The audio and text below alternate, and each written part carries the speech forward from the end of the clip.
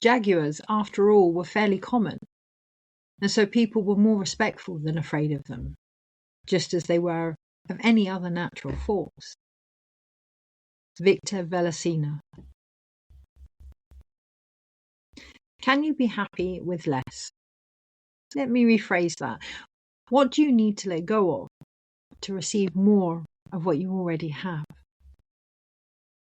I knew the energy last night.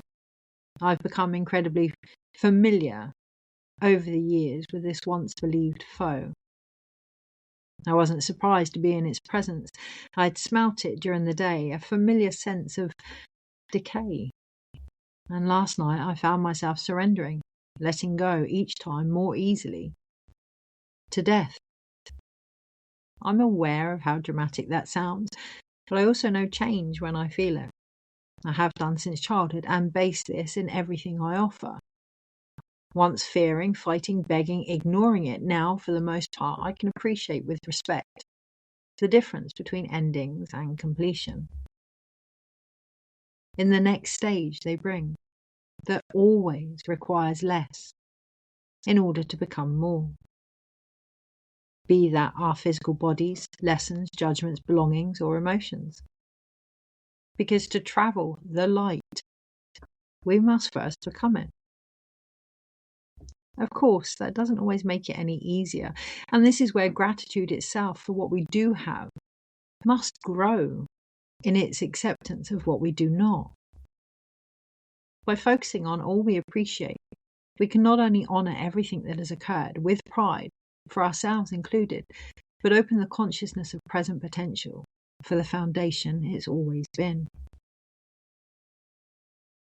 Doing so this morning, shuffling the cards for the daily dose, witnessing all the people, roles, steps, healings, teachings in and of my life. Aware I, like us all, am being called to expand the reciprocity of this to all that I meet, myself included. Feeling a great shift in the collective regarding what we will each offer by the end of the year, embraced in the serene inner calm available with this. I randomly selected from behind the two of air. Peace.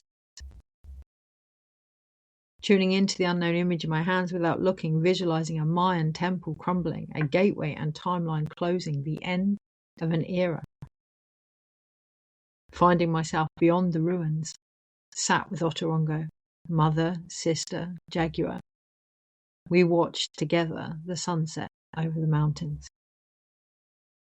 In awe at her contentment. No longer fighting each other. I knew somehow I'd reached the end of my journey into the west of my own medicine wheel. And with this came huge gratitude, alongside grief, for all that had been discovered. Befriending my shadow, becoming emotional, seeing the Knight of Pentacles from a different Mayan deck of cards in my mind's eye, asking for a message, the song, the littlest hobo in my head. I received quite simply, it's time to move on. The card was indeed the Knight of Pentacles, or Son of Earth, beneath which sat the seven of the same suit, depletion. Today lay that which has passed, to rest. Prolonging any conflict with it will not solve the situation. Celebrate this life, for the sustenance it provides, and know in this inner harmony, the external will settle.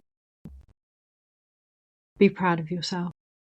Acknowledge your actions beyond disappointments, power trips of perceptions, depletion of doubts, to the fear of loss waiting to be seen, heard, and in this released through integration. Allow the life force to move, yours, others, the earth's, by giving and receiving without limited expectation. Remember, there is a difference between resting our creative power and paralyzing it with the procrastination of not getting enough in return. Find abundance in the moment, the consciousness of presence, and the united beauty of contentment from within. May we each realize success is enjoyed more when shared, and in this become the beneficiary of our own beliefs. In deepest Munai, I ask you now, Where are you settled in? You know where I am. Take care. Kirsty.